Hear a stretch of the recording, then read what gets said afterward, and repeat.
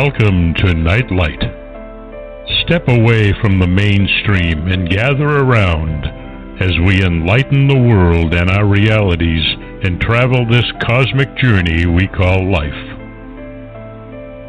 Join us as we share with you and provide that beacon that can guide us all to a better way.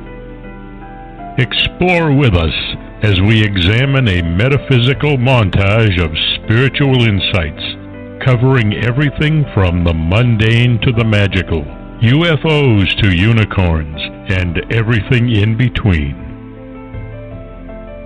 This is a time of awakening, of sharing and evolving, of spreading our wings and soaring on the cosmic breath of creation.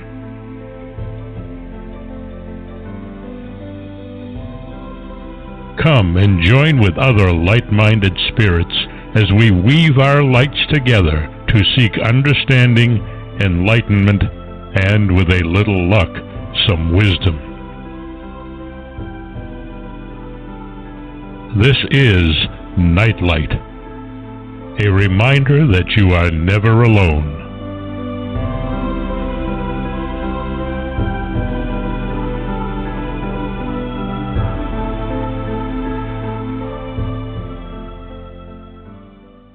Welcome, everybody, to Nightlight.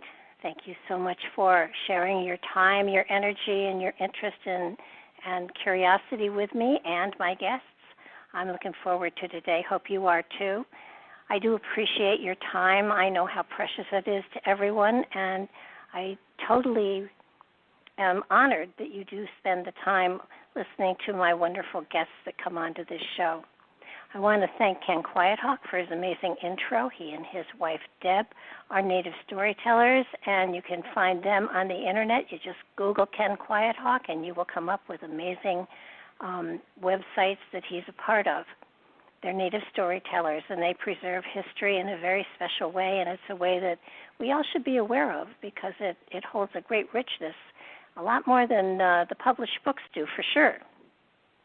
My guests today are Seren and Azra Bertrand.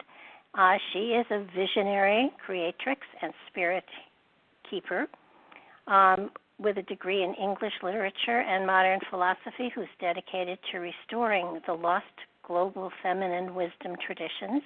And he has a degree in biochemistry and studied at Duke University School of Medicine with research at the NIH. He's been a pioneering doctor and mystic for over 2 decades, following the feminine pathway of alchemy. And together, they have written an amazing book, which it was my honor to actually read. It's entitled Magdalene Mysteries, The Left-Hand Path of the Feminine Christ. It unveils the lost left-hand path of the Magdalene, the feminist Christ. They explore how this underground stream of knowledge has been carried forward over the millennia through an unbroken lineage of womb shamans, priestesses, oracles, and medicine women. They explain how the Magdalene Mysteries, symbolized by the rose, have been encoded in Gnostic codices and gospels and in the highest art, literature, and agriculture of many ages, including most significantly the Ghent Altarpiece.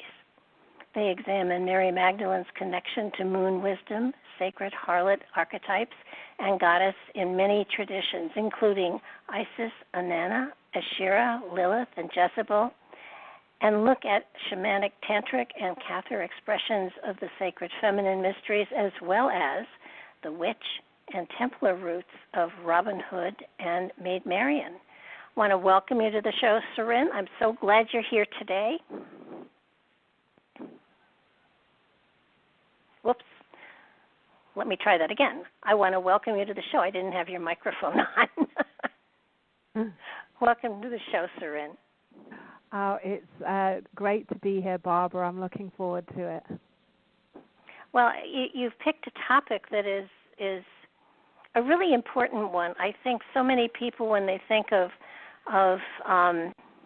women through history and through time, they have different mixed philosophies and understandings. And the reality is that whether we're talking about Neanderthals or however far back you go, all of them had they had philosophies, they had spirituality, they had understanding of this world and other worlds, and I don't think we give them credit. I think so many people today look at where we are and say, well, they were all primitive, they didn't know what they were talking about, and the reality is they probably knew more than we do. Exactly, and it's funny, Barbara, as you were, just mentioning that, it took me back to when I was 17 years old and studying English literature and the history of art. And me and my girlfriend went to a cafe one day, and we wrote a list of all the male philosophers, artists, writers that we could think of. And obviously it was a long, long, long list. And then we tried to write the same list of famous female writers, philosophers, artists. And it was a much shorter list, and especially back then when the kind of scholarship and research that we have access to now wasn't available. And this set me on this path of really feeling, well, I see the women around me and their brilliance, yet history is not reflecting that back to me. And what I knew in my bones was that this woman's mystery, this woman's wisdom, this woman's philosophy, it had existed. It had just either not been recorded properly or it had been erased from the record. And so then over decades, I, pursued this line of inquiry, and even if I tried to come off this path, something brought me back to it. And really, at its heart, it was the secret history of women, or really the secret her story of women. And it's not to say that it's just about women. It's that if the wisdom and the philosophies we're living by are missing one half of the equation, they're not complete, and we'll have an unbalanced world. So the way I explored that inquiry was that both men and women, we all need to remember these lost cosmologies, these lost philosophies of these brilliant women throughout time whose teachings and wisdom has, fallen off record. And now I really believe is the time that it's rising again for us to remember. Well, I'm so very glad because, if it had happened the other way around, I'm not sure men would go searching for it. Because, they're more of the protector and crusader types, and women have always been traditionally, going way, way, way back, been the holders of the wisdom. And so if it had been the other way around, I think we would have lost a great deal, and it's important for us, at least today, to have a balance of the two within our psyches in order to be whole. And I think what has always fascinated me was that in the beginning, as far back as they can figure, women were held as magical because they could create birth and men couldn't. And it to me, it was fascinating. I wonder how long it took before they put two and two together and figured out that it took both to create life. But from the very beginning, it's been the women who had the wisdom, the patience, the compassion.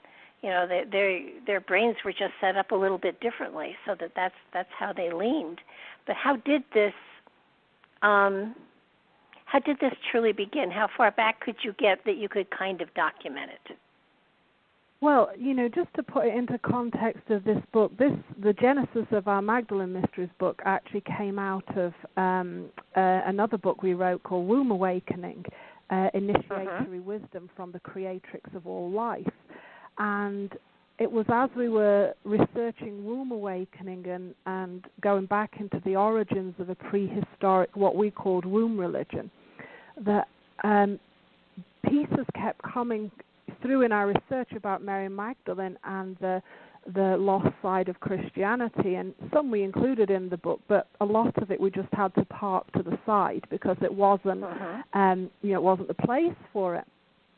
And so that was intriguing, that this kind of current religious framework that we've got, when we started to research it, it had this thread that was going back to prehistoric times and a very different spiritual or religious outlook on life. And it went all the way back, that we can have, documents or research for at least 300,000 years. So that really puts it into perspective that, for instance, the religion that Mary Magdalene is associated with is 2,000 years old. But, we trace back what we're calling the womb religion to at least 300,000 years ago, and sourcing it in the Neanderthal people. And of course, it will have gone back before that, but we just don't have, the documentation or the evidence for that. And so, evidently, from the beginnings of time, people viewed our world so differently. They viewed it through the lens of a womb that birthed and nourished and nurtured and created and dissolved and rebirthed. So it was very much a magical philosophy, a metaphysical understanding of the feminine body and process, in conjunction with the earth mysteries and the moon mysteries, and the relationship between the earth and the sun and the earth and the cosmos.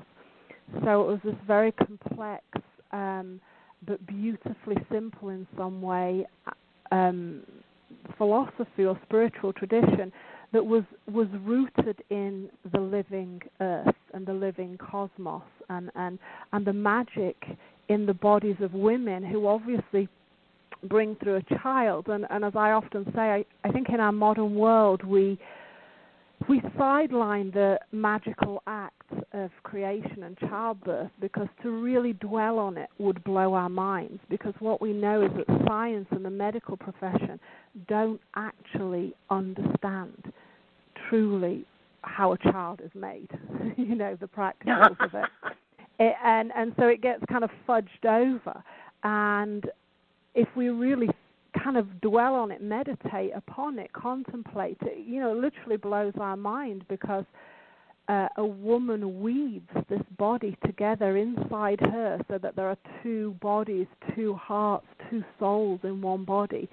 And she draws through a spirit, an interdimensional spirit from other dimensions into this weaving, and then births it out of her body. And it's a truly magical act. And so for the ancient people, that was the first act of magic that actually mirrored the cosmogenesis of our entire universe. So it was envisioned like there was a divine mother who created the world in her womb and birthed us. So there was like a huge, beautiful, magical philosophy, and that was very reverent towards the feminine and towards the creative powers of the feminine.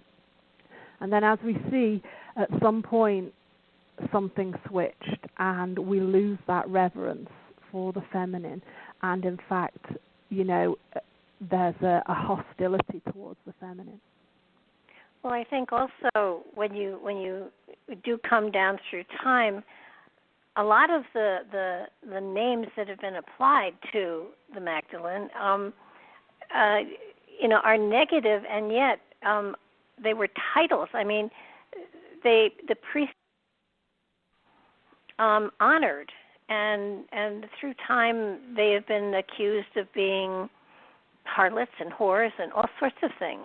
And so it to me is very amazing that, as I was reading through the book, I kept, they would throw a term out, and you would throw a term out, and then I would realize that the real meaning of that term was an honorary meaning, not a negative label. Exactly, and one of the things to step back and realize is that language structures consciousness. So if people or our language is modified, it actually restructures our consciousness. So what we see through, the language of the goddess in the last, 3,000 years is that words that were reverential and honorific, celebrating the womb power of woman, have been restructured to have negative, almost demonic meanings. And that in turn has actually restructured our consciousness as a species, so that we subconsciously feel that which birthed us and created us is evil. So how could we love ourselves as a species if that was how our consciousness had been restructured? And as we discuss in the book, some of these words like whore, and we go into the word, in our modern world, whore is a terribly derogatory word, used against women, and there's a kind of clue when you get these words that are used specifically against women, that they're actually holding, feminine power, and in the book we outline the traces of the word, and so it's interesting because in the Bible they talk about whoreasis, which is an ecstatic awakening or an ecstatic spiritual vision. And it has the word whore in it. So when you go through a lot of words, and it's H-O-R-H-A-R, so like harmony comes from a word that is associated with whore. And the root of these words, as we describe in the book, means they are words to describe primal, generative, feminine power. And they're associated with caves, with the deep, with inside of mountains, and with the very concept of awakening or birthing into the light. So we see how it's really sad, and then we have religions that say dismiss a certain person as she was a whore. But what I found very interesting about Mary Magdalene is nearly always in the medieval times, because she had been deemed as a prostitute, by the church, and for people who've read more about this, we now know that there's nowhere in the Bible that actually says she was a commercial prostitute, but this was put upon her. But actually the word that is mostly used to describe her in medieval times is not prostitute, it's harlot.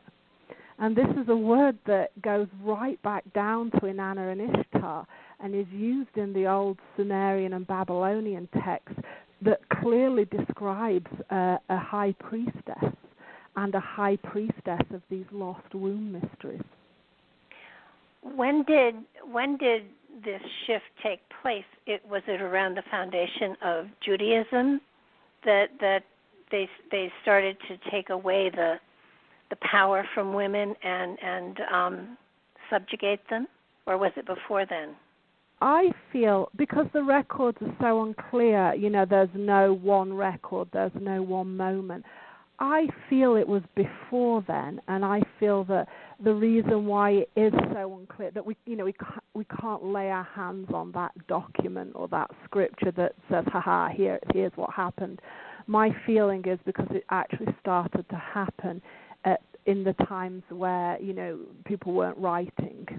And so I feel that it started to happen, maybe 10,000 years ago is my personal opinion, and I feel that it was a movement, a journey. It wasn't a one-time event. It was piece by piece by piece. The powers of the feminine and their power structures and their teachings and their temples and their rituals and their status, bit by bit got dismantled, and every new wave kind of took part of their legacy away. And we know that Dr. Margaret Murray, who was who wrote about these subjects, she records how in the temples in Egypt, if you go back in time, they record that there are, priestesshoods of women who are leading the rituals. And then when you go, closer to our time now, that's completely disappeared, and the women who would have been leading the rituals are now reduced to being, just dancers or just musicians. Although music and dance was part of the temple arts of the priestesses, but you can see this shift that, the women who led the spiritual rites devalued and demoted until finally in what we call the monotheistic religions, they're cut out. They're just not there. To this day, in some branches of the church, Christian church, we cannot have a female priest.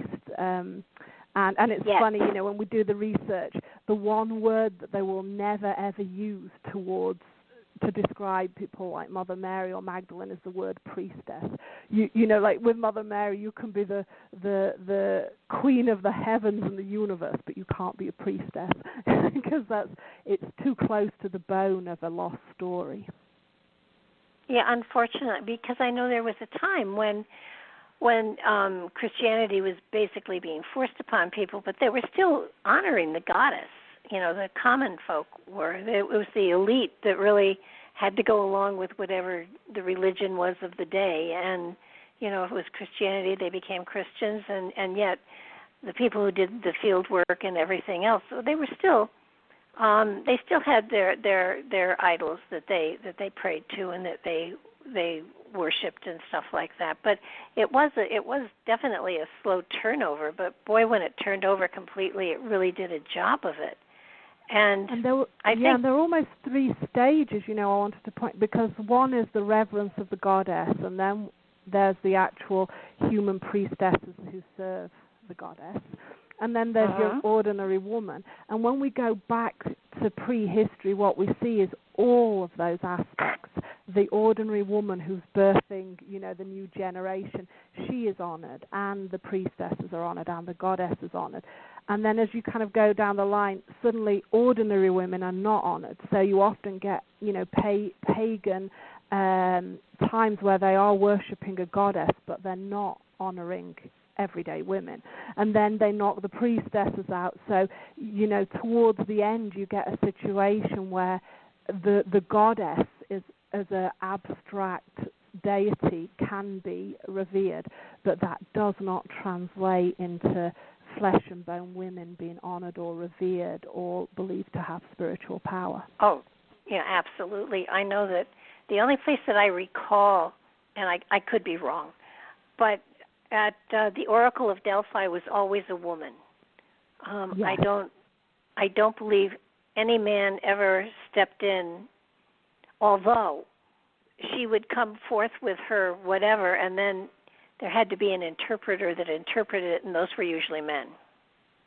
Yes, and again, we looked in the book, we touch upon the Oracle of Delphi, and actually we did a huge amount of research on that couldn't go in the book because it's such a fascinating topic. It actually deserves a book of its own. But again, the Oracles of Delphi, it looks like when you look at the research that they originated in African priestesses, and who brought their spiritual tradition across the seas.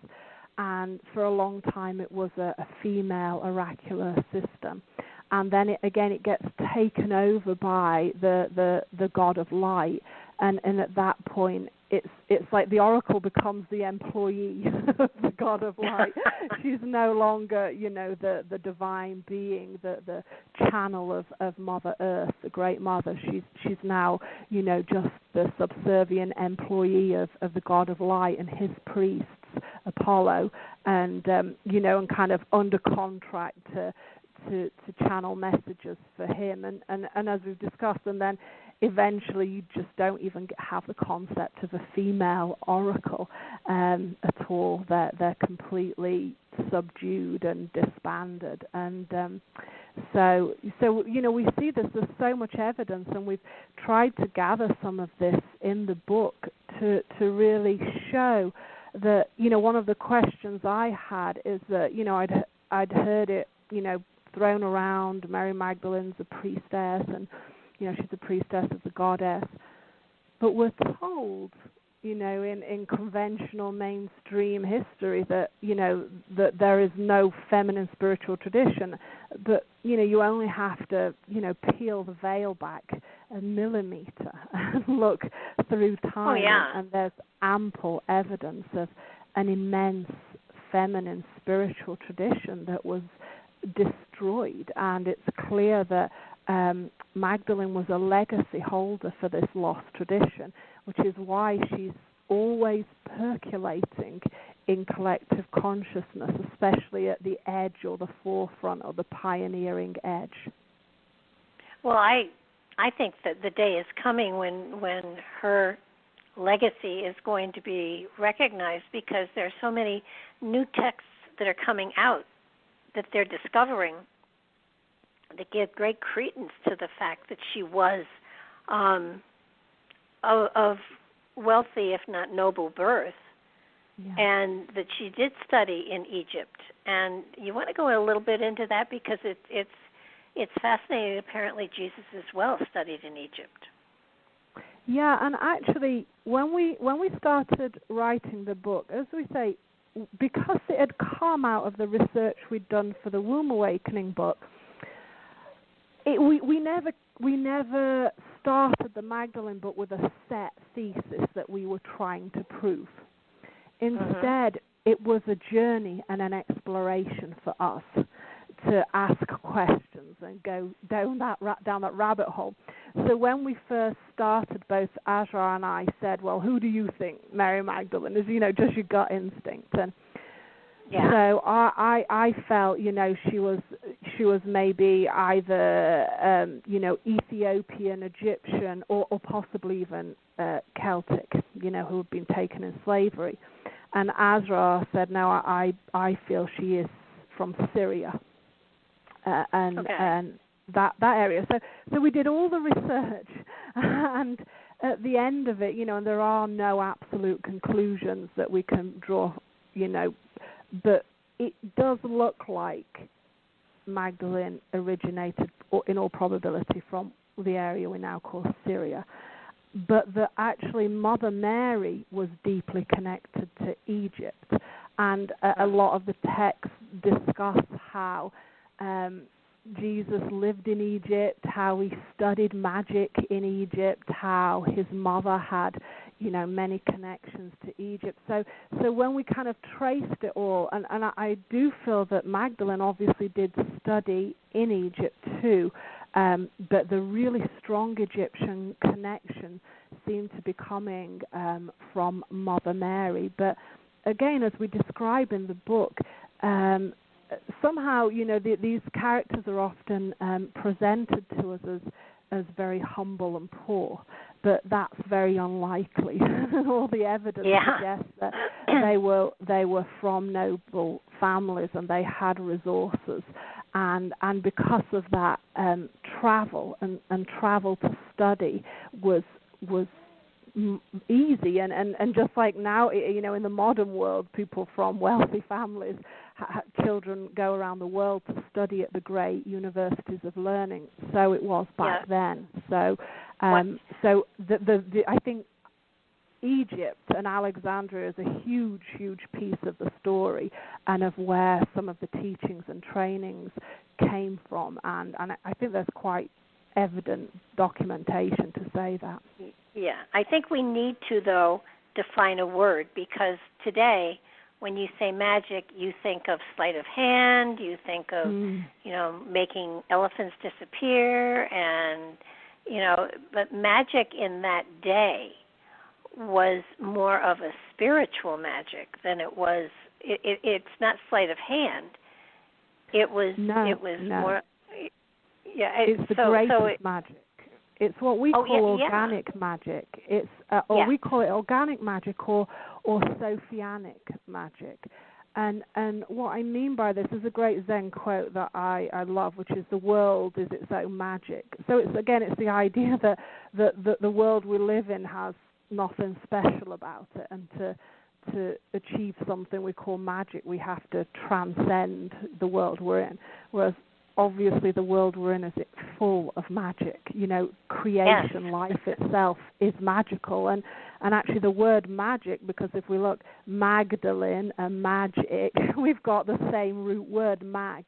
And it means great. And Magadal, and these are all very ancient words that at their root mean doorway or mother or great mother, great weaver. So actually even the origin of the word magic is from feminine, embodied feminine spiritual power.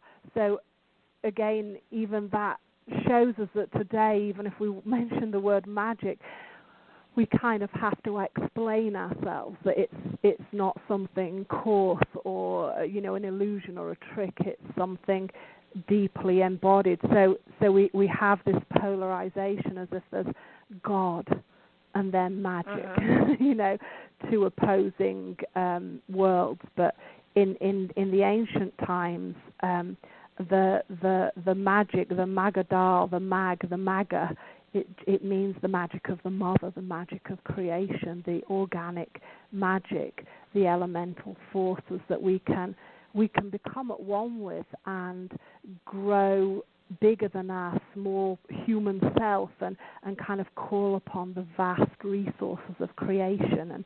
And that was the high magic that really Mary Magdalene and everyone around her were accessing. And so when Magdalene and Jesus got together, both having studied or had some connection to the Egyptian, that they were a match set, so to speak. Yeah, and this is just my personal opinion. I feel that maybe they met in the temples in Egypt. You know, that makes sense to me, that could have been where they connected. Because as we say in the book, we don't actually have any historical documentation that says this is the moment they met, you know, this is where they were and what they were doing. So we don't know that. But, you know, kind of when you piece it all together, it makes sense to me that that's, you know, where they met in Alexandria in the temples of Isis. And yeah, so, you know, two initiates, the sun and the moon, came together. Amazing. And you know, it just, to me, you know, you suggested in the book that the wedding at Cana may well have been his marriage to Magdalene.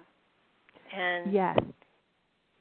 And he was looked upon as a rabbi, as a teacher, and during that time it was almost assumed that a rabbi would be married. I'm not sure why, but it was. And so, you know, and I think the other thing that you bring out is that you help to bring out the fact that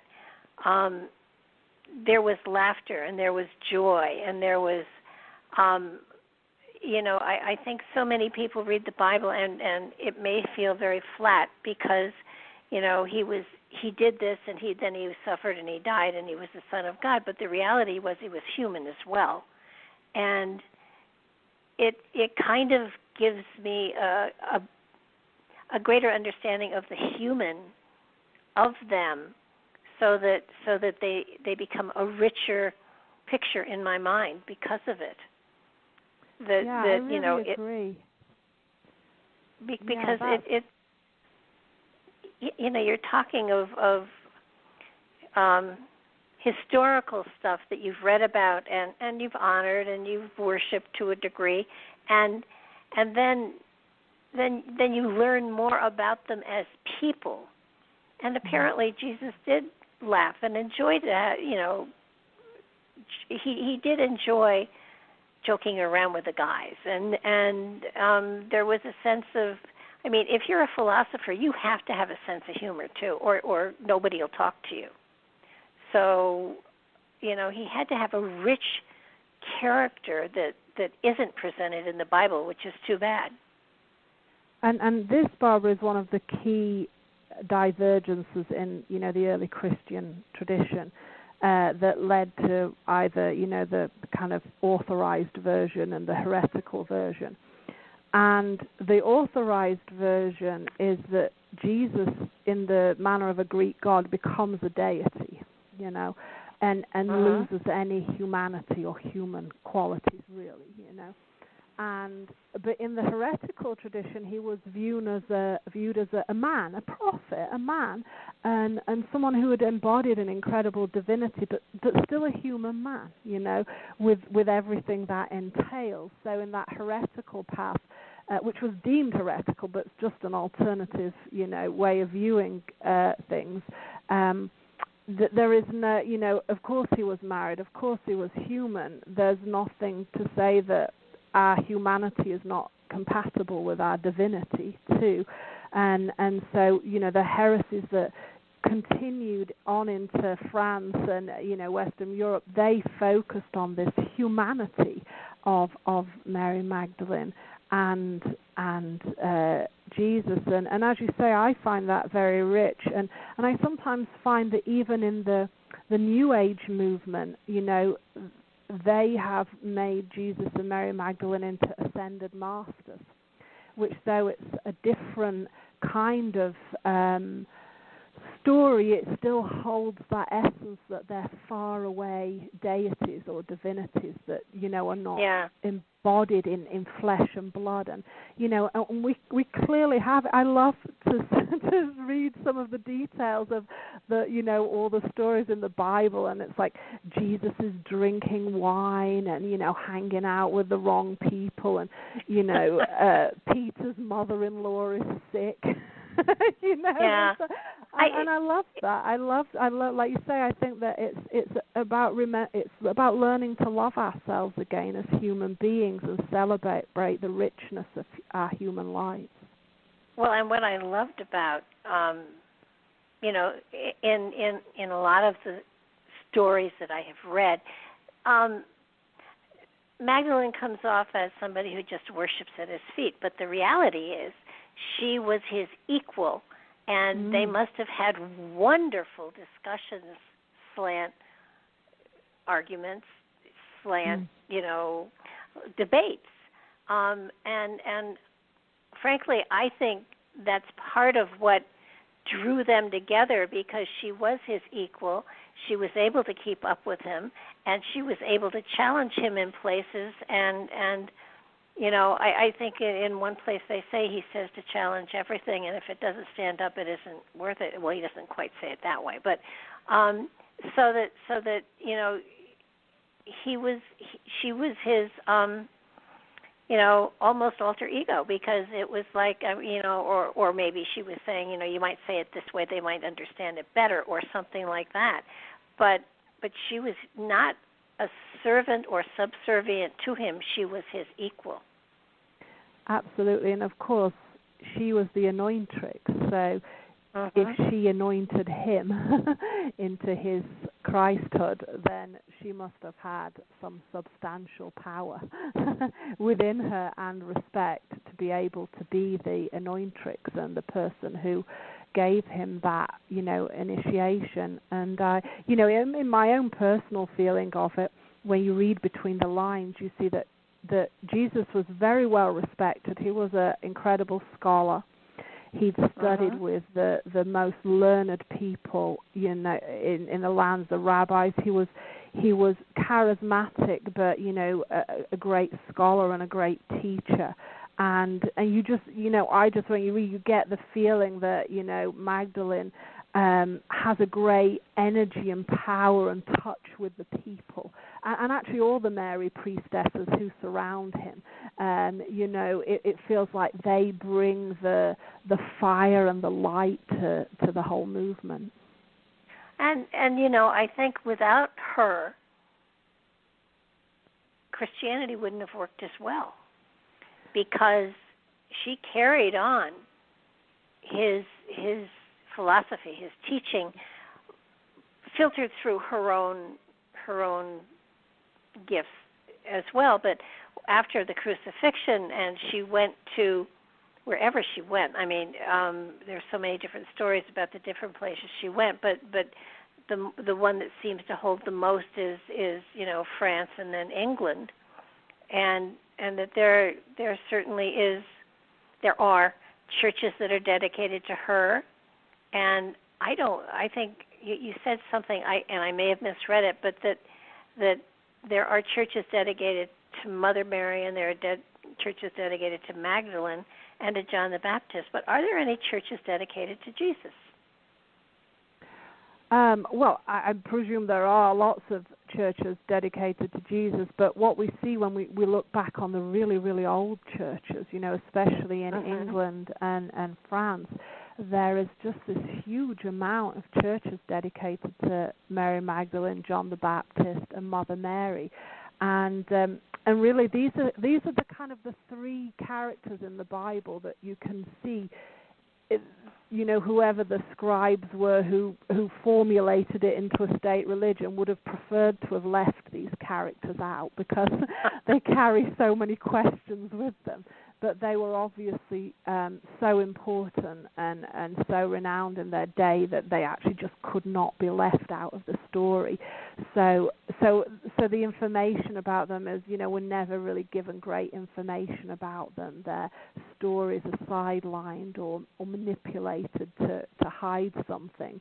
But obviously the heretic traditions, because, as we say in the book, and many books say this, the Christianity as a state religion came hundreds of years later, and there was, a few hundred years where there were just many, many, many versions of what we now call Christianity, many versions, and eventually they were stamped out as it became a state religion and an orthodoxy, but many of those other versions continued. They just went into secret societies and were encoded secretly, or it's called sub rosa, under the rose, which meant that it was the Magdalene heresies, it was the Mother Mysteries, the teachings of the Priestesses that were now forbidden, but they were continued and they were encoded in cathedrals such as Chartres and many other churches in the Black Madonna,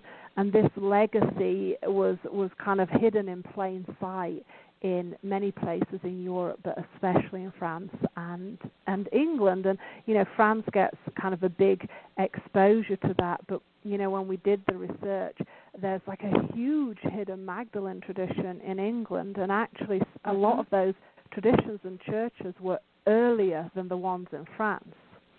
And it was just that after the Reformation in England, that aspect of the church was completely, annihilated. So it's harder to see that in modern England. But again, just peek 1 millimeter below the veil, and there's a huge hidden Magdalene legacy in England.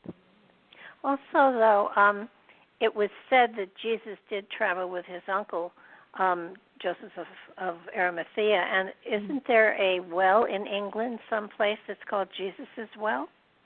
Yeah, I mean, across England there are many legends in Cornwall, in Glastonbury, in Scotland, that describe Jesus traveling with his uncle. Also, Mother Mary being there, and also Magdalene at different times. So, and again, travel was not a big deal if you were a wealthy family back then, especially if there was this trade connection. And so we discussed that in the book, especially the connections with Scotland. And actually, in the book, we did write about their connections with Cornwall, but we had to cut that part out because the book was getting so huge. But yeah, there are a lot of folklore tales that really suggest that Jesus, Joseph of Arimathea, Mother Mary, Mary Magdalene, were actually all visitors.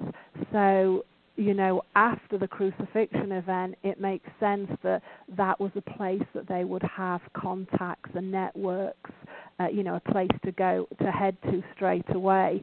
And of course, some people say it's England, some people say it's France, and as we describe that in the book, that it's kind of pick your legend.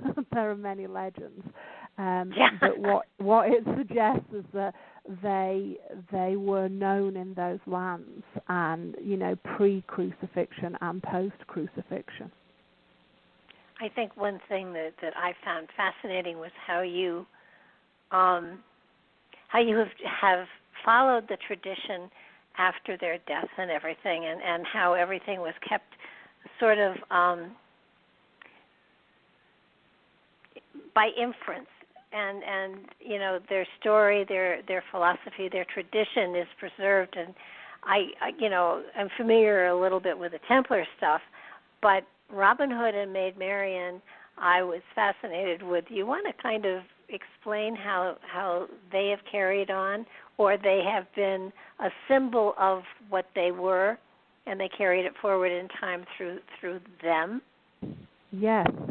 So Maid Marian and Robin Hood were in no way part of the book when we began it, and they kind of like emerged from the pages and said, "Don't forget about us," and so as you know in the book, I also wove it in with my personal story in places, and actually my mom was born in Locksley, which is the supposed birthplace of Robin Hood.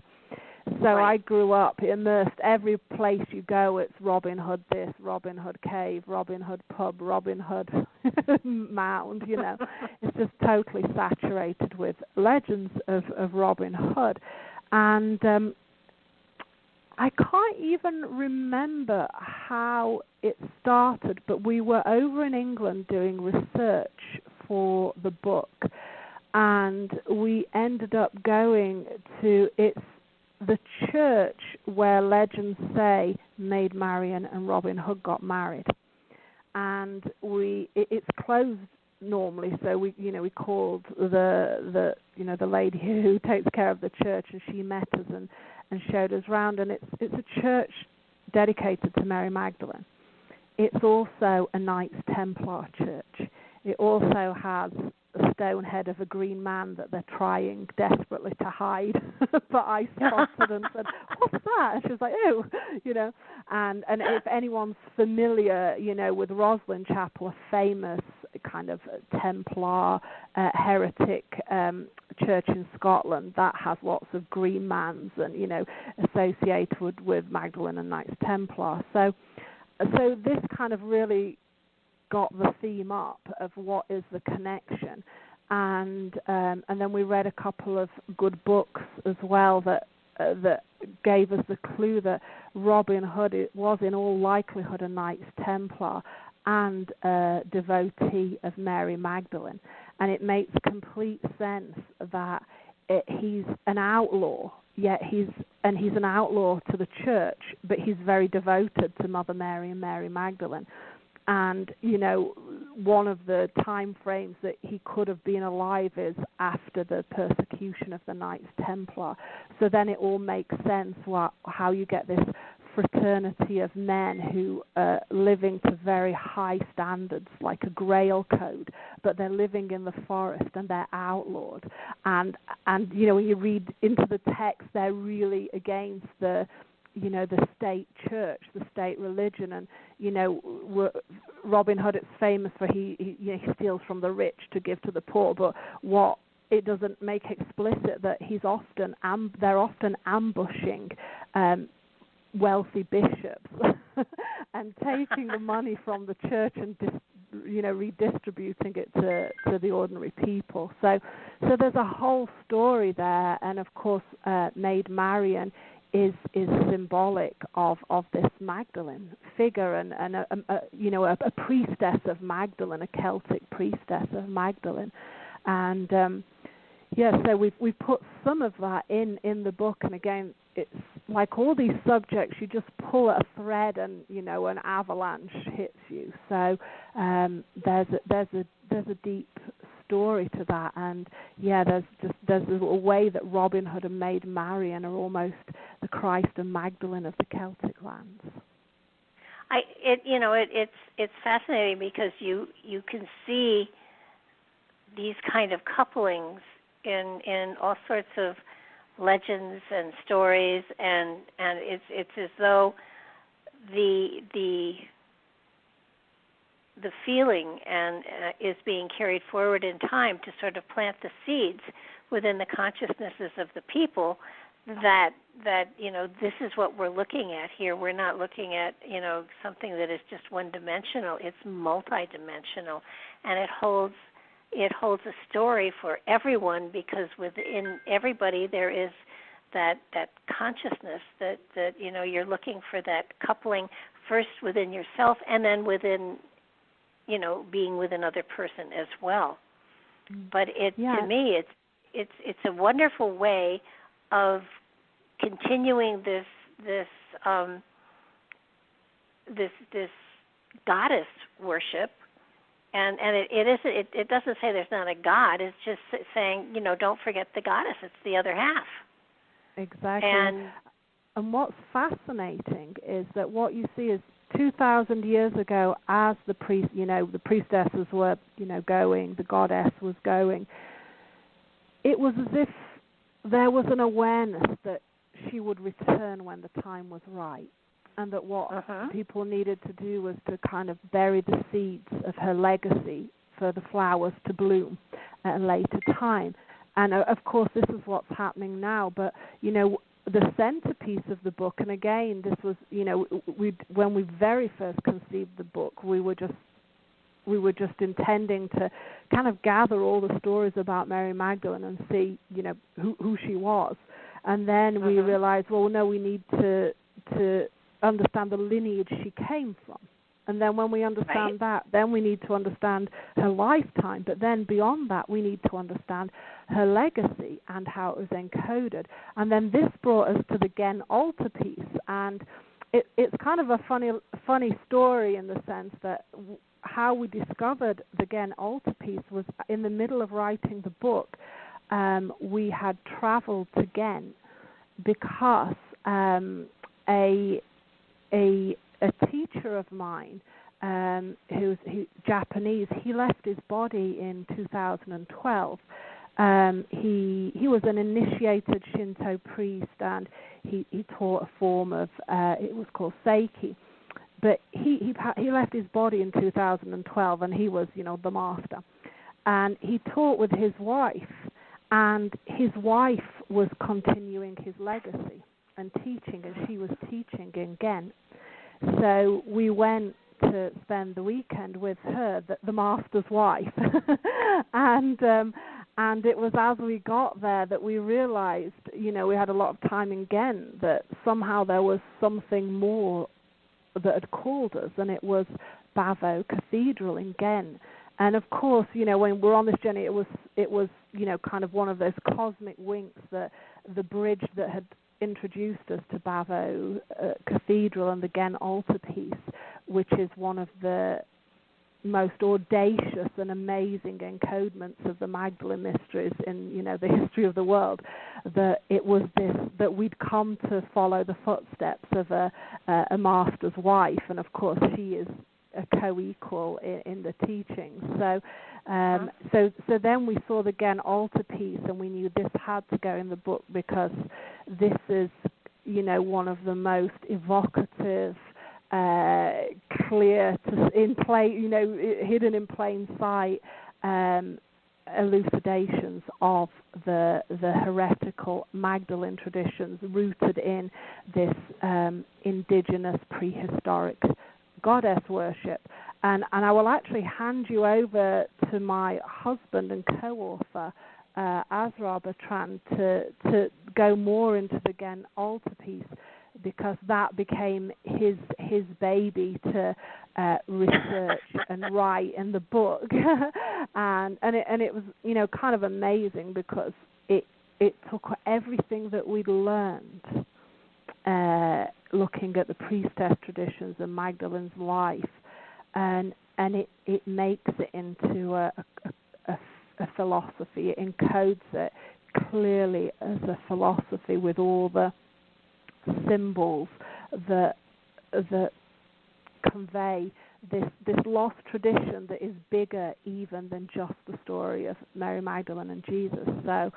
So thank you, Barbara. It's been a pleasure talking to you, and I will pass you over to Azra now.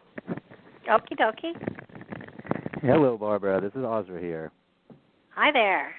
Hello. I'm when we get to the Ghent Altarpiece, I do want to also say that it appears that so many artists who, and you think about artists and you think about people who are very, very true artists, masters, because you can be a technician or you can be a true artist. But the true artists hide more within the symbology of what they're painting than most people understand. And it's, you've used the term often in the book, for those with eyes to see. And it's amazing how when you look at something like the Ghent Altarpiece or even some of the other real masters out there too. I mean, I'm not saying that Van Eyck wasn't a master, because he certainly was, but you have to understand when you're looking at a piece of artwork where that artist is coming from, and quite often you miss a lot of the things. I mean, I have to go back and relook at all, especially the Ghent, because once you understand that he was also an initiate of sorts, and he was putting a message out there, and I guess maybe it's better if you tell it. How did the Ghent Altarpiece come about, and how did the actual patronage of it, how that remained hidden in time? Right. Yeah, it's well, I'll start where Seren was mentioning, and is that we took a trip to Ghent, and we'd heard of the Ghent Altarpiece. It's also called the Adoration of the Mystic Lamb, which is the central panel of this huge polyptych. There are 24 different paintings included in this massive folding panel, but we saw it for the first time. We went to Ghent, and we stumbled into this beautiful Gothic cathedral in St. Bavos, where it's held, and came face to face with this extraordinary painting, this extraordinary work of art. It's 16 feet across, it's 11 feet high, it weighs 2 tons. It's the size of a barn door, a small elephant, And in the middle of this painting, there is an intense lamb staring back at you with its blood flowing into a golden holy grail. And as we sat there and looked at it, and then began to take in all of the different paintings around the central panel, we just said to ourselves, "Oh my God, there's something going on here." And like you said, we began to look at the painting more closely, and just revealed itself. And we wrote this: is once you see what's really happening, you cannot unsee it. And so the story of the Ghent Altarpiece and its artist, Jan van Eyck, it begins in the early 1400s in what was then called Burgundy, or Flanders, what's now modern-day Flanders, which is the Dutch-speaking province of Belgium, but then was the Duchy of Burgundy. And really, Jan van Eyck, there's not so much known about him. His life is in some ways a mystery, or the depth of it is a mystery. But what we do know about Jan van Eyck, the painter, was that by the time he was a young man, he was commissioned to the best courts of the land as court painter, and soon he caught the attention of the Duke of Burgundy, who was Philip the Good, Philip the Good, and Philip's power was equivalent in many ways to a king, because the Duchy of Burgundy was one of the most powerful states in Europe at that time, and really was fighting for its own sovereignty from France. It was in a war with France at that time, and so Philip the Good employed Jan van Eyck, and he employed Van Eyck not just as a painter, but as a diplomat, as a spy, as a personal confidant. He paid Van Eyck the equivalent of $200,000 in today's wages, with no stipulations. He could paint if he wanted to paint. He could not paint if he wanted to paint. These were extraordinary terms. No court painter or painter of any sort had ever been treated in this way. Something was really happening, and Philip the Good and others referred to him as not just a painter but an alchemist. And and the intrigue goes on from there. He had many different. He traveled all across Europe on state missions, and we don't know the extent of it. But what we do know is that where he traveled were centers of what we now call the heresies, or the underground mystery streams that permeated Europe, from after the time of Mary Magdalene to the present day. And for example, he was fluent in the Templar tradition, and the Templars, of course, were the group that built the Gothic cathedrals of Europe and then encoded the feminine mysteries into the actual architecture. So he went and spent time with King John of Portugal, who was a member of one of the really like a subsidiary group of the Knights Templars after they were disbanded by the Church, and it's a really rich history of his involvement and or likely involvement in these mystery traditions. And so that's a little bit of Van Eyck's background. He was no ordinary painter. He was a master. And then you begin to look at the painting of the Ghent Altarpiece, also called the Adoration of the Mystic Lamb. And this is one of the most influential paintings in the world, in the history of Western art at least. And for some reason, Jan van Eyck is not spoken about as often as someone like Michelangelo or Leonardo da Vinci, but it was really Van Eyck who was the primary influencer of people like Leonardo da Vinci and Michelangelo. He essentially invented oil painting. So oil painting had existed in a primitive form before Jan van Eyck got a hold of it, but what he did with it was absolutely unheard of, stupendous, amazing. He brought oil painting to after his adoration of the Mystic Lamb. It became the dominant medium of painting for the next 300 years. And not only did he bring it, really, this is the work of an alchemist working with the pigments and chemicals of the earth to create something really that hadn't been done before in a technical way. But of course, his mastery went far beyond that. And included in this painting are multiple different languages: Hebrew, Kabbalistic talismans encoded into the art. There are 75 at least different species of plants that are perfectly depicted that come from the Holy Lands and from places far from Belgium at that time. So he was a botanist as well. He spoke Greek. He read the pagan Greek philosophers. He brought, it was at the time, of course, in the early 1400s, the church was the dominator in Europe. Nothing happened without the say of the Catholic Church at that time, and he dared to paint a beautiful, sensual landscape that was really the first,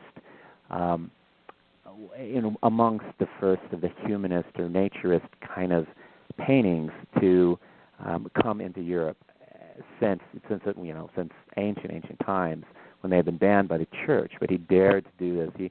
He dared to paint a naked Adam and Eve, life-size, literally 6 feet tall, and the most minute, realistic detail, which was considered so scandalous at that time that the painting was banned by the Holy Roman Emperor for a period. There's this incredible, rich history, and so the adoration of the Mystic Lamb at the Ghent Altarpiece is a profound painting. But what is extraordinary beyond extraordinary is the fact that it is hidden in what is hidden in plain sight. So the painting lives in St. Bob's Cathedral. It's the Catholic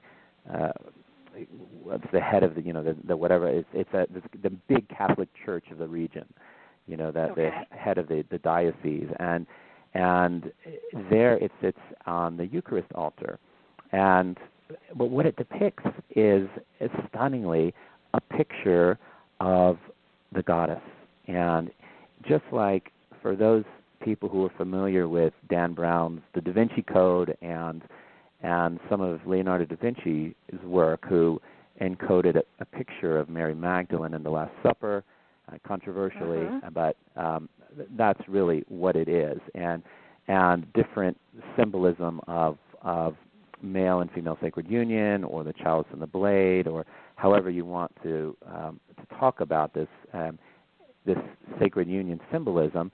Well, Van Eyck did something 100 years before Da Vinci that was even more audacious, even more bold, and really the lines of flow in this painting, and you have to see it to know what I'm talking about. It's hard to just listening to understand it, but to go and look at the painting, and it's available online at the website Closer to Van Eyck in amazing detail. It was restored and photographed and digitally at this incredible detail. But you can see the body of the goddess with her legs in the sacred, open in the sacred birthing position or sacred sexual position. The altar is her womb.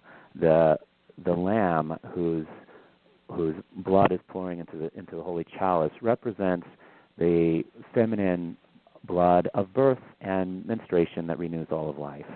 And it is bold. It's the kind of image that, had anyone discovered it at the time, what he had done, he would have been tortured and killed, and everyone associated with him would have been tortured and killed. And within the painting are, like I said, these clues that there was something there, that you need to look deeper, and that there was a mystery held within. And one of those clues is a talisman, a Kabbalistic talisman called AGLA, and it's an Hebrew phrase that was the sigil of John Dee, who was a famous magician and advisor to Queen Elizabeth, but there was a long Hermetic tradition that this sigil was a part of. So it's hidden in the floor tiles if you look closely. And also in the painting are the Knights of Christ, or really the Knights Templar.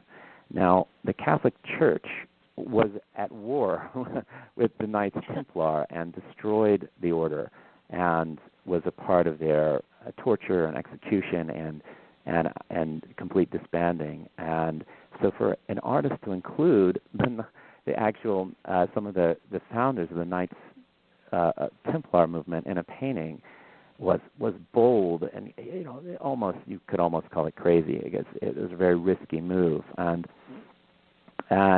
so there's really so much in the painting that we go into in a lot of detail in the book, but really it's the story of the Sophianic mysteries, or this is a tradition of the Sophia as the feminine goddess, embodiment of wisdom, but also the remains of the feminine goddess, or the divine feminine tradition that had been banned in the monotheistic religions.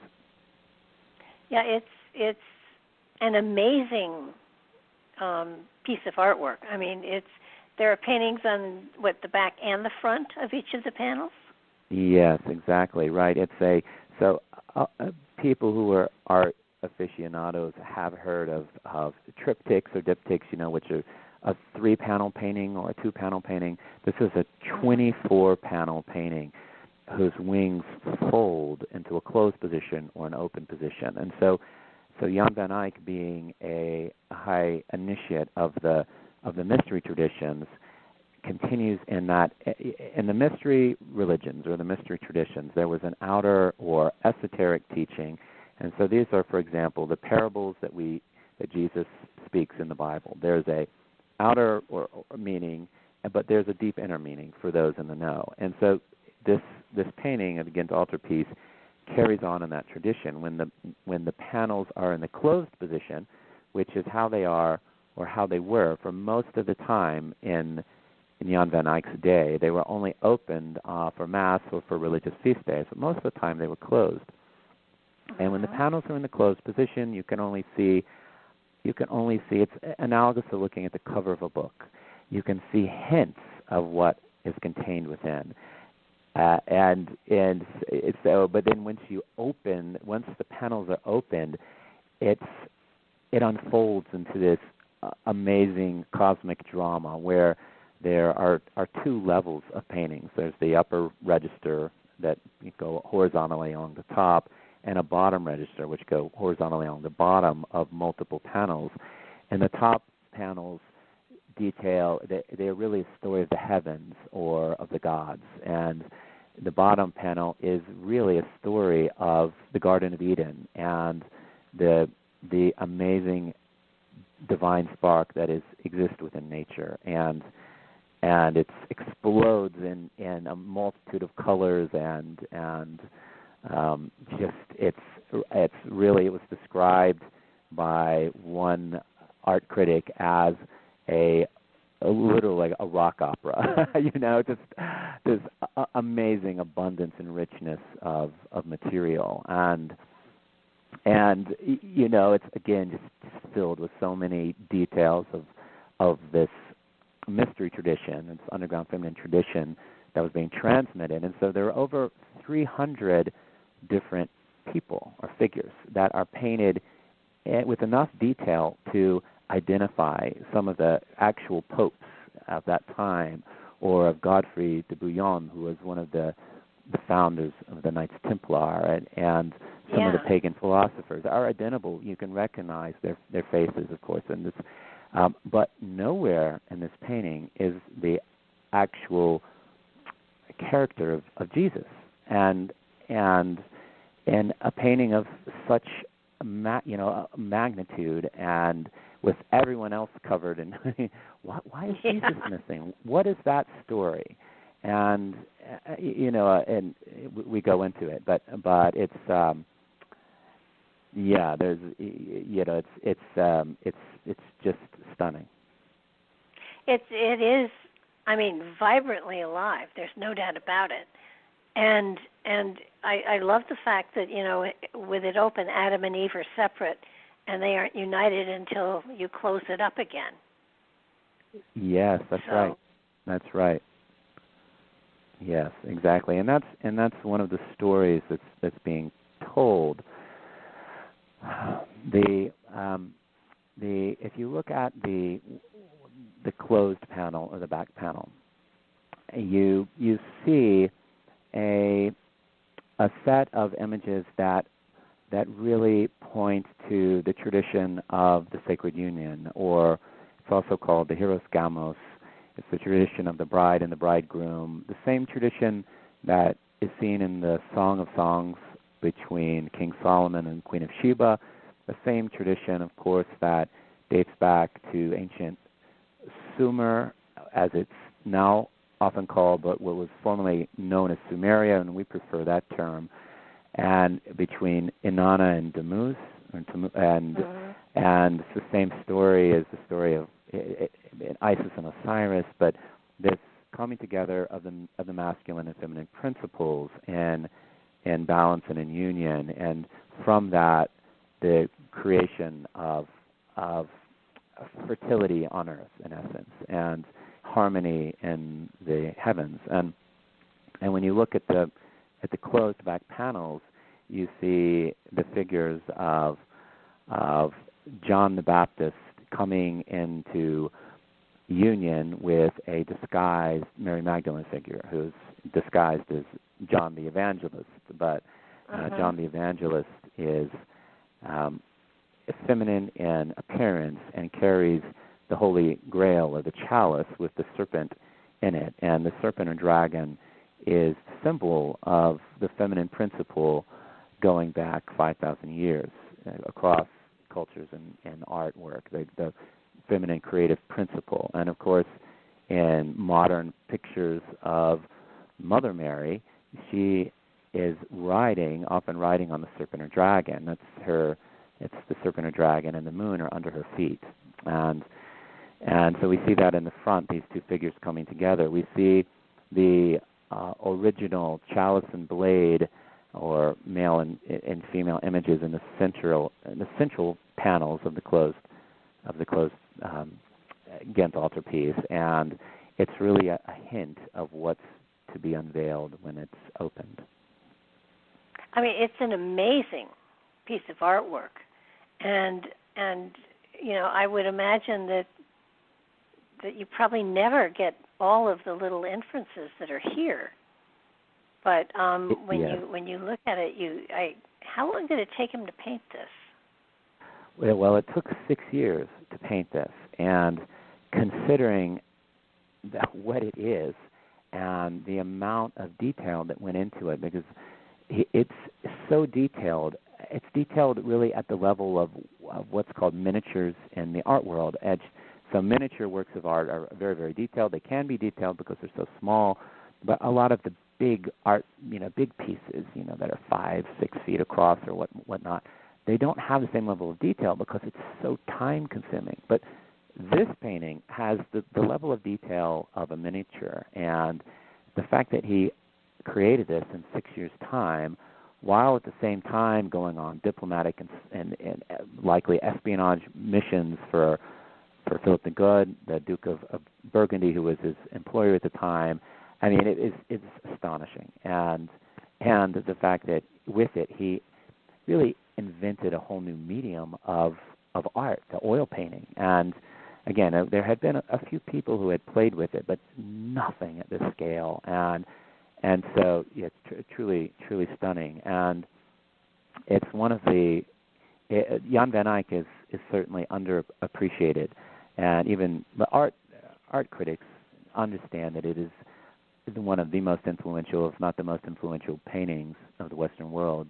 But it's truly stunning, and it was known to contain a mystery. Right? It's one of the interesting things. The story of the Ghent Altarpiece after its creation is almost as interesting as the story of its creation, and that it is the world's most stolen painting. It's having been stolen at least 6 times and involved in 12 cases of intrigue. Aside from the stealings, it was famously stolen by Hitler and the Nazi Party, and then counter-stolen by another German general who had the audacity to try to steal it from Hitler, and then Hitler stole it back. Why were they doing this? And the legend is that Hitler and the Nazi Party, which really formed from an occult group that was likely dedicated to the misuse of feminine magic, as it was portrayed in the movie Indiana Jones and the Secrets of the Lost Ark, or whatever the name of that movie was. So the Nazis were actually trying to uncover these talismanic objects, the Ark of the Covenant, the Holy Grail, and they believed that this painting contained a map to the Holy Grail, the actual Holy Grail, or the keys to its understanding. And so that was one of the reasons why it was so sought after. And is there one particular panel still missing? There is one panel that's still missing. Yes, it's a panel called the Just Judges, which it was stolen in 1934, and it has never been found. And there are many theories about who stole it and why and how it happened. And it's interesting because the Just Judges it's a panel off to the side, and in some ways you would think it would be one of the least significant panels in the painting. But obviously it has a profound significance, and someone on the inside was in the know. And like you said, people have written about this painting as probably more than any other painting in terms of art critics and people. There have been many academics who have spent their life dedicated to understanding the painting and all the different symbols as traditionally read. So Van Eyck was a master of using the symbols to paint two different stories. On the surface, it's a story of a Catholic adoration of Jesus as the Lamb of God, and his blood is the blood of sacrifice that saves humanity. That's the surface or a traditional interpretation. But the same symbols tell a strikingly different heretical story, what's considered heretical, but what's really dating back to the pre-Christian values of goddess and earth religions. And there's when we began to uncover the actual meaning, it came piece by piece, and it really came over a 2-year period. So the first thing to fall into place was this optical illusion. We now call it an optical revolution of the Lady in the Landscape, the goddess hidden in the landscape of Earth, and that once you see that, you can't deny it, and then piece by piece, the other pieces begin to fall into place, and of course we included it in this book, the Magdalene Mysteries, because Mary Magdalene features prominently, and in the Gnostic tradition, or in the Sophianic mysteries, the original Christians, so Mary Magdalene and Jesus, and the earliest Christians, Mary Magdalene was the embodied, incarnate priestess of the goddess. So she was representative of the goddess, a human woman, but she carried that energy, and she is hidden in the painting with her alabaster jar behind a rocky outcrop, as was written in the Song of Songs, that the bride hides behind the steep cliff and the steep path and the rocky outcropping. That's where you'll find her, and that's where you find her in the painting, and with a symbolic M for Magdalene or Mary Magdalene, and many other feminine symbols. And so she is. There's two pieces of this painting. One is the goddess in the central panel, and then there's Mary Magdalene, who is the woman who really embodies that energy on Earth.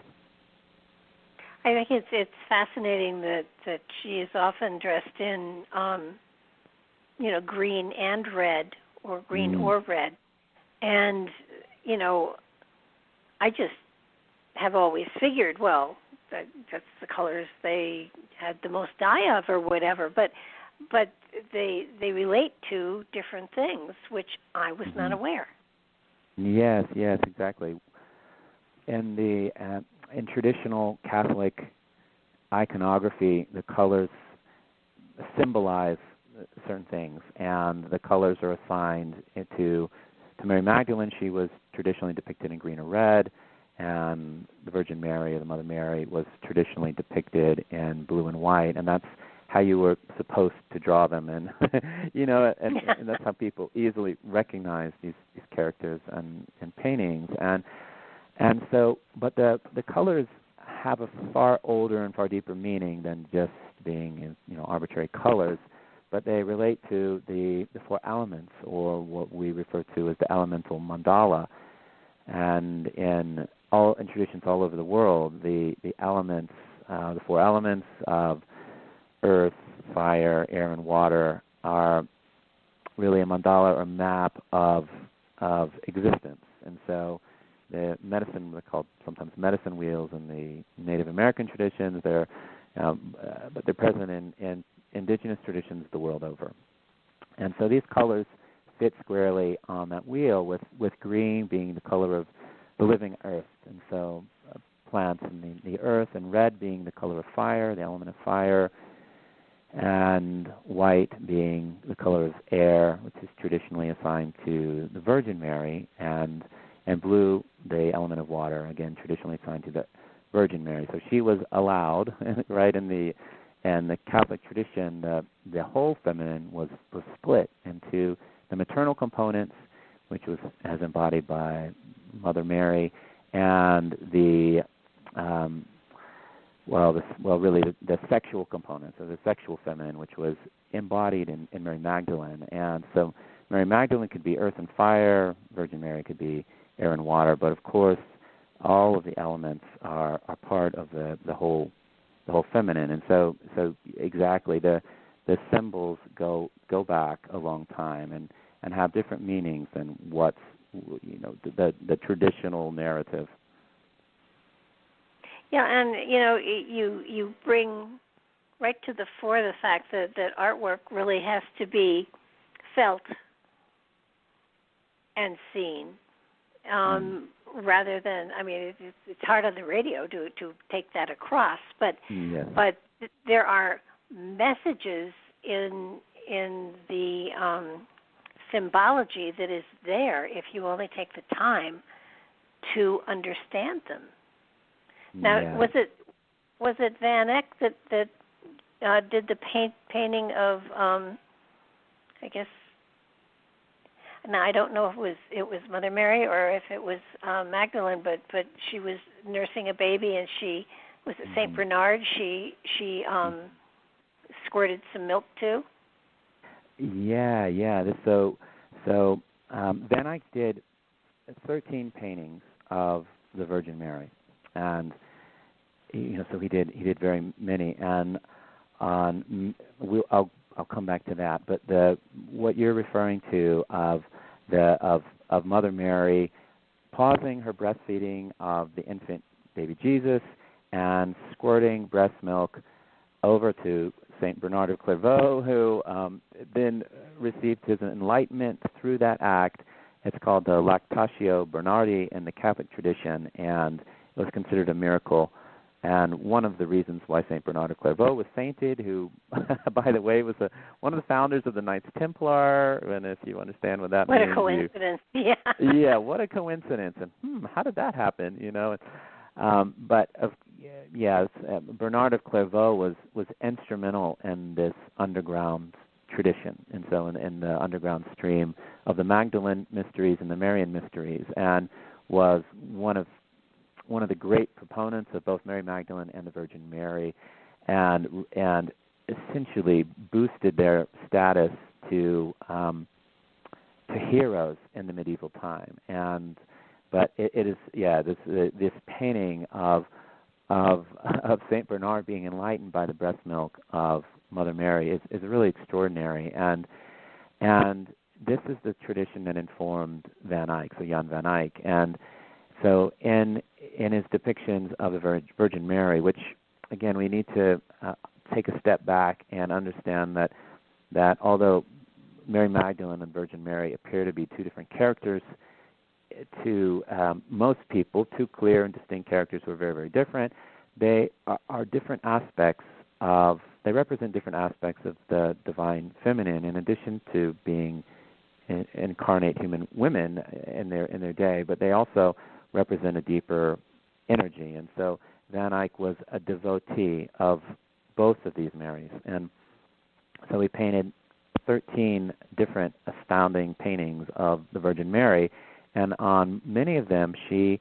wears red robes and scarlet, flowing, sensuous, voluptuous red robes, and the baby Jesus is emerging through the robes. Almost the folds of the robes actually represent the birthing labia or vulva of the woman, and this was what Van Eyck was conveying symbolically through the art. Of course, it would be very controversial if that was well known at that time, but that's indeed what he was doing. And Virgin Mary was considered the throne and the seat of God and the mother of God, and in this role she was herself divinized, and this is how she was regarded by Jan Van Eyck and Bernard of Clairvaux and by a lot of the people in the underground stream. And so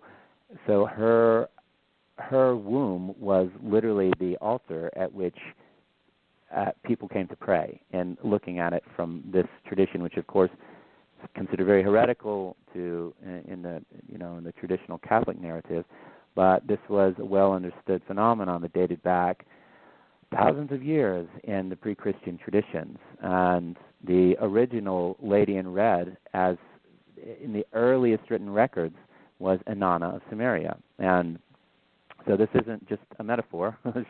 The high priestesses and goddesses of Samaria literally wore red robes. The high priestesses in the ceremonies of induction into office would wear red robes and red turbans and red underpants, as it's written. It's a very literal image. It has a long tradition, and it wasn't just in the Sumerian culture. It was in the Phoenician and Syrian cultures. It was in the ancient Indian cultures, and many cultures across the world, and including East Asian cultures. This tradition of the primal creative feminine, the primordial creative feminine in the red robes, and so yes, Jan van Eyck was he portrayed all of this. Well, he kept it alive underground. He did. That's right. That's right. And I think it's really important to understand that these are aspects of all of us, that we're looking for a balance within our own consciousnesses. Most of us, it's sort of like above the archway to the Oracle of Delphi. It was know thyself, and I think that has been a message through time. And when you come into today, where everybody's trying to, especially everybody who's on a spiritual journey, it's like I'm journeying into myself, and it's sort of there needs to be a recognition of the positive and the negative, and I don't mean that as good and bad. I mean positive and negative, male and female, and that until you have that wholeness, you can't share really that well with another person who hopefully is whole as well. And you can't ever reach the bottom of understanding because it goes back so far. Yeah, well, that's right. And in the East Asian traditions, for example, the idea of yin and yang are the underpinning of the spiritual philosophy, or the masculine, the feminine, or the dark and the light, or the sacred duality that exists on Earth, and the cycles and the phases, the waxing of the moon, the waning of the moon, the tides, ebb and flow, and these poles are embodied in this sacred union. And when one half of the equation is left out, the world suffers. And this is the story that the world has experienced over the last several thousand years, in the Western culture at least, but really the world over, with the loss of the feminine story, or the loss of the story of the feminine divinity, and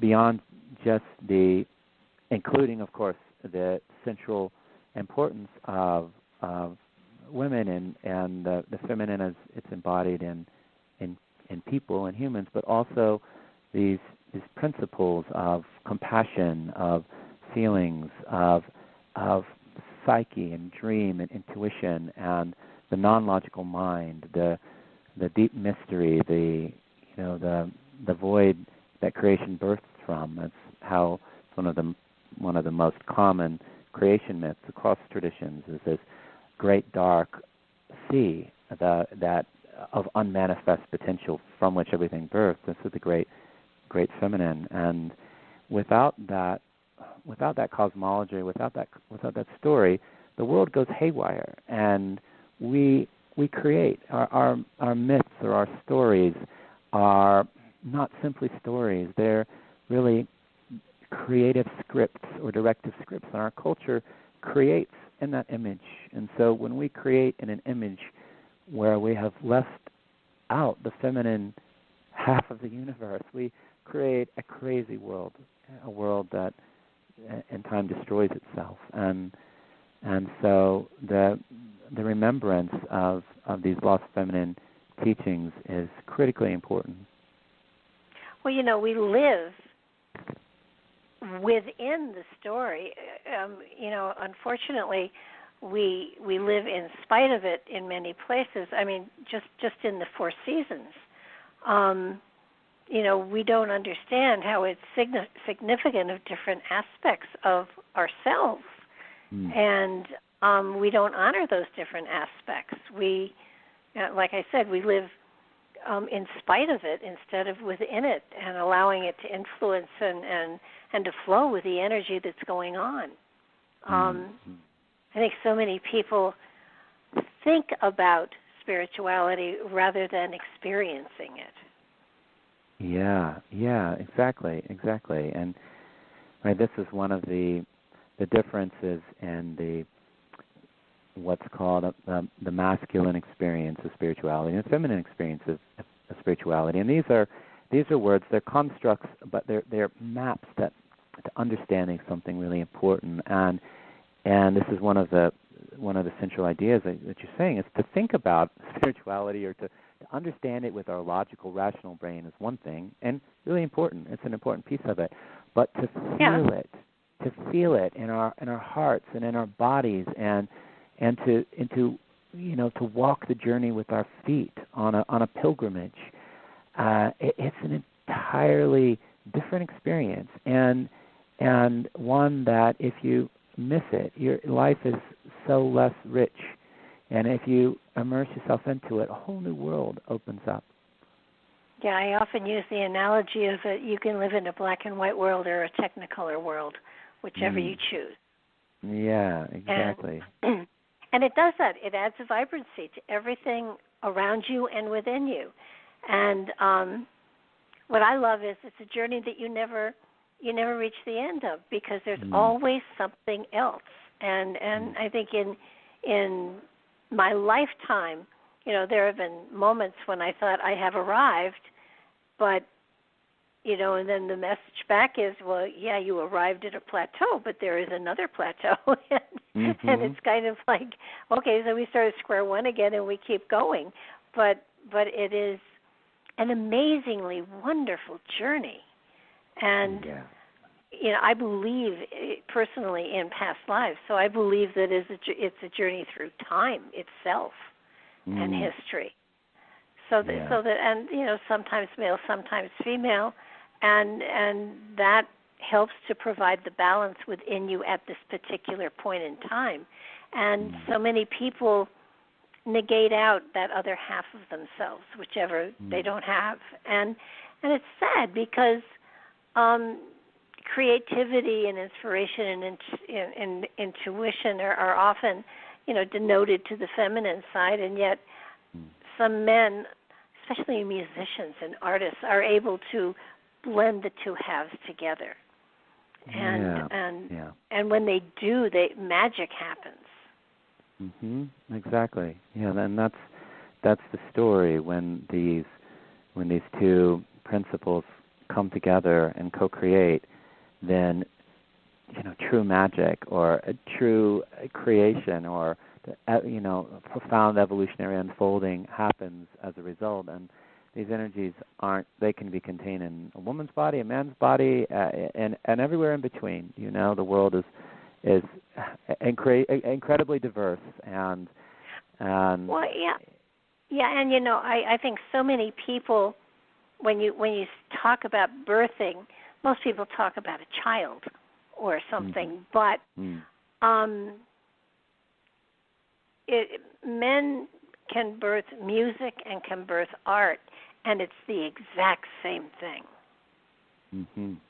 Maybe less blood, but you can when you are being creative in any way, shape, or form, and you're working on a project of any sort, you are birthing that project.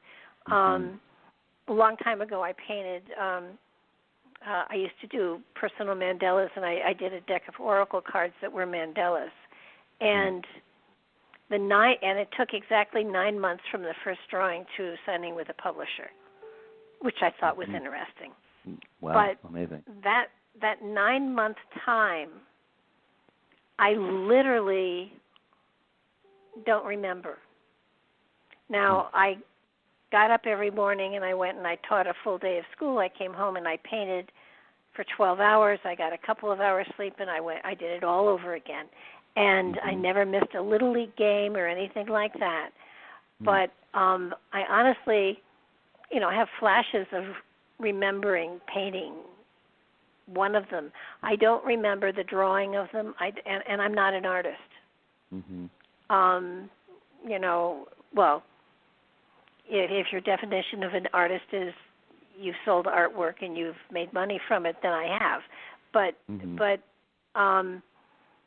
they came through me. I birthed the deck of cards, and once I birthed them, I stopped painting mandalas. So it was a birth process, and I would imagine many really good artists are the same way. Michelangelo, Leonardo da Vinci. I mean, they birthed material. They brought material through them, and you do that. Musicians do that too. So that I think today we're coming to a time where people as a whole, and a lot more people than used to be, are more into expanding themselves spiritually and allowing themselves to sort of incorporate both halves of themselves together. I think I feel we are at a time where this aspect doesn't need to be quite as hidden as it has been for centuries. I absolutely feel that's true. There's an opening, a really important opening to bringing back both halves of the equation, and it's really interesting. There's a corresponding anatomy in the brain that we wrote about in our previous book, Womb Awakening, that there are actually two different brains within our human brain. There is the cerebral cortex, which is responsible for thinking, for the most part, logical, rational decision-making, and a few related activities. And then there's the cerebellum, which is Latin for the little brain. It's a smaller in physical size brain in the back of the head, so it's the back brain, but it contains 70% of the neurons in the body. Which is the cerebral cortex, something like 25%. So most of the brain power actually resides in our cerebellum, and it's the cerebellum which is responsible for. She's really the governor of, or the architect of all unconscious phenomenon, including creativity, intuition, what we would call psychic events, and that all arises, and the also our incredible human ability to perceive beyond the five senses. That all resides in the cerebellum, and so you could think about it as a feminine brain and a masculine brain that coexist within the same head in all humans, and that's a really remarkable piece of the puzzle as well. There was a study, I forget who did it, but they looked at the brains of distant past, way distant, primitive man, and women had a fairly balanced brain, left side, right side, and men, the dominance in them was in the protection, hunting, creating food, creating lodging, and so that side of their brain overwhelmed whatever was feminine within them, and then over time they have come back so that men's brains are more balanced. In the left and the right are basically more balanced than they have been in ages.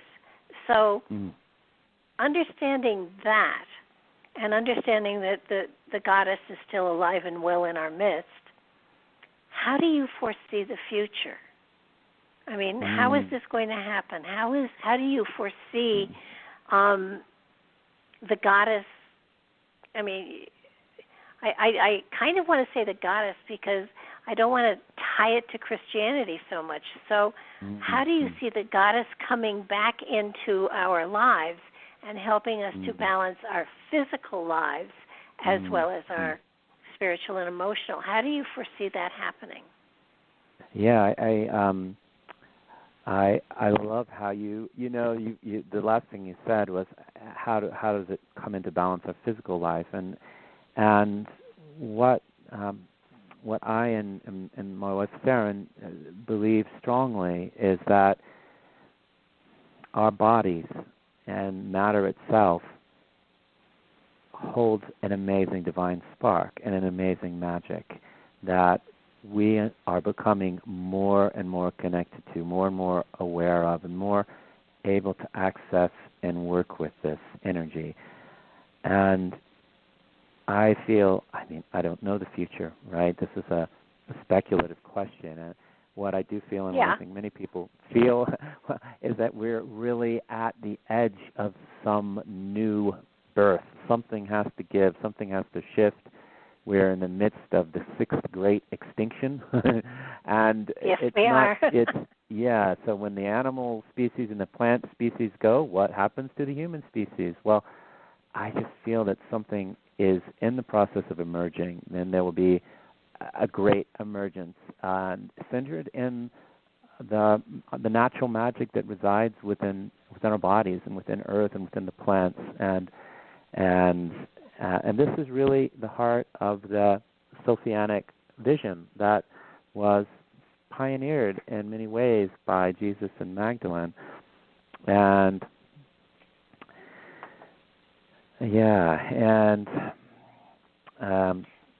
so I really, hold on one moment, just 1 second. I'm sorry. We have a young child who's just 5 months, and every now and then she needs our immediate attention. So give me one moment. Okay. Sure. And so anyway, this is my feeling of what's coming next. I think it's really a maturing or the next evolutionary step of our relationship to the magic within our own bodies and within Earth. And whatever the veil is, it separates us from that now. If there is a veil, for some people there might not be, that's going to dissolve, and a whole new reality will become apparent. It's like, the Aldous Huxley quote, when the doors of perception are cleansed, everything will appear infinite. And he was referring to matter, to all of life, not just transcendent spirituality, but really, embodied magic, embodied, infinity. Yeah, I think I totally agree, and I think also that, I believe everyone has a spark of the infinite within them, and I think, and I believe that the more balanced you are, the more aware that you are, the brighter that spark is. And I believe that the spark that Magdalene had, that Mother Mary had, that Jesus had, I believe that their spark was just as big as your spark and my spark and everybody else's spark, and that we can fan it into a flame if we come into balance and understanding and compassion within ourselves. Yeah, exactly. And that was really the teaching, and this is one of the things we came to in the writing of this book, is that, Jesus taught that, hey, I'm doing these things, but you can too. I'm teaching you not. I'm not here to be your savior. You have these abilities as well. I've touched them, but people will come who do greater things than me. This is one of the things that Jesus said. And the point is that this divine spark, like you said, is within everyone, and this was at the core of Magdalene Yeshua's teachings, and how to access it, to become it, how to touch into this extraordinary, ordinary, this extraordinary ordinary, that which is in all humans, but which is extraordinary, or which is divine, or which is magical. And, I think everybody has the capability of doing that. And I don't believe that he wanted to be worshipped. He wanted to be understood. He wanted the seeds he was planning to grow, and probably it frustrated him that they needed a little more manure than was available at the time, or whatever. I mean, he made everyone aware they have a map within. And it's not for another person to give it to you, it's for you to find it yourself within yourself. Right. So that the coming of the goddess is basically more bringing our understanding of where we can reach to for tools to get through our life and to approach our life in a better way. They're male and female. They're not just one. They're and neither is over the other. It's a shared companionship within ourselves. And and there are times that one takes over, and if you need to survive something, then the male half takes over, and if you need to understand why you had to do it, the female takes over. But I mean, there's a give and a take. It's not a dead center thing. It's a sharing. It's a blending. It's a weaving. Right. And, weaving or a flow between the two. Yeah. Yeah, and so the understanding of the feminine and the masculine coming together, I think we're at a point in time where a lot more people are open to the understanding of it. And if humanity survives for another 1,000 years, hopefully we'll come into that time and place.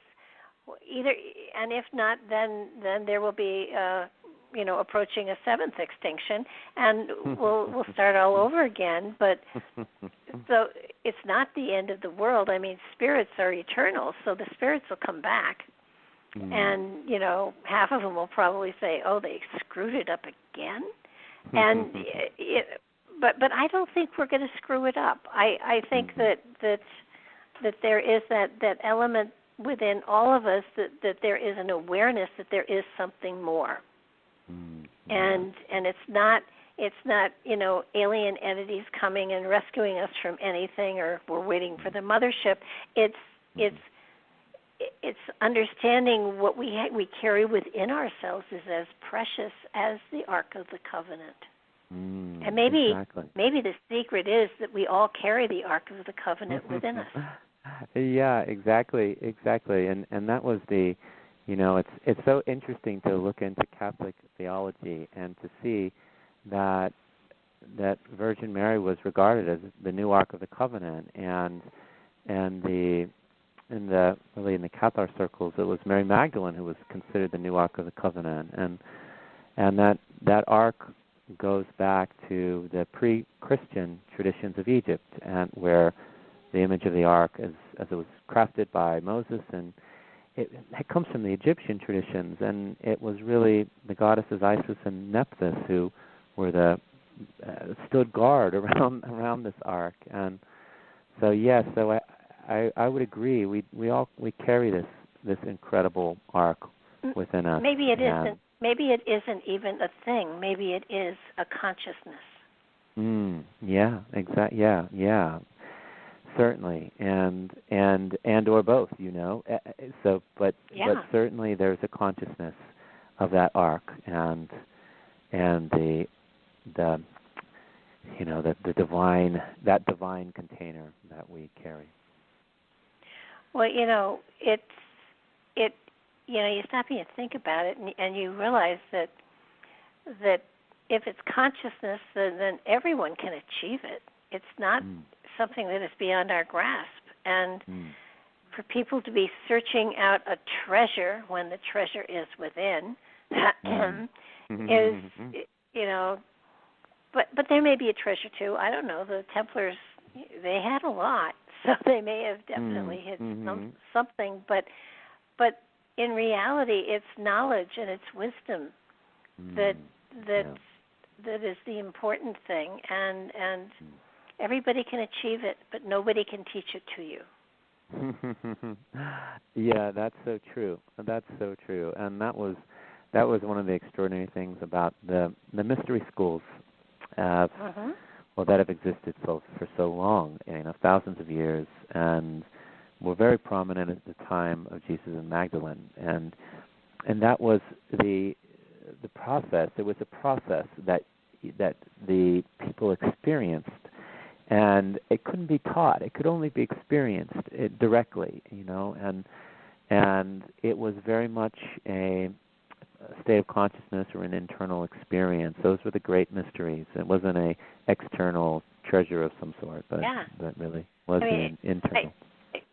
Most people will think that it's strange to say, but it can't be taught, but it must be learned, and it's personal experience, and it's personal honesty with yourself, and cool stuff.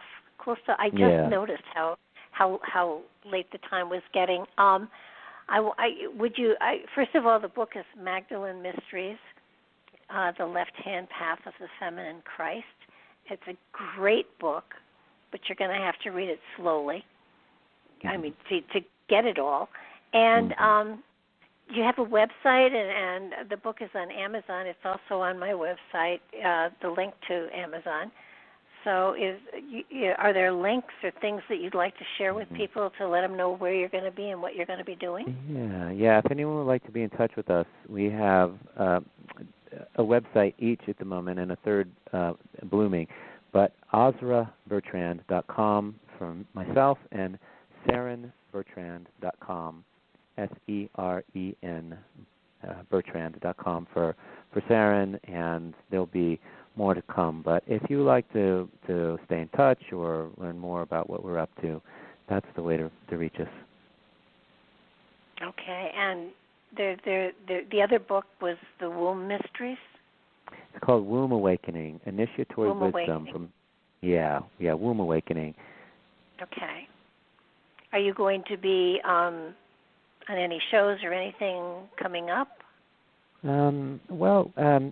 People invite us to shows from time to time, and we often accept. So I'm sure we will be, and I'm sure we will be.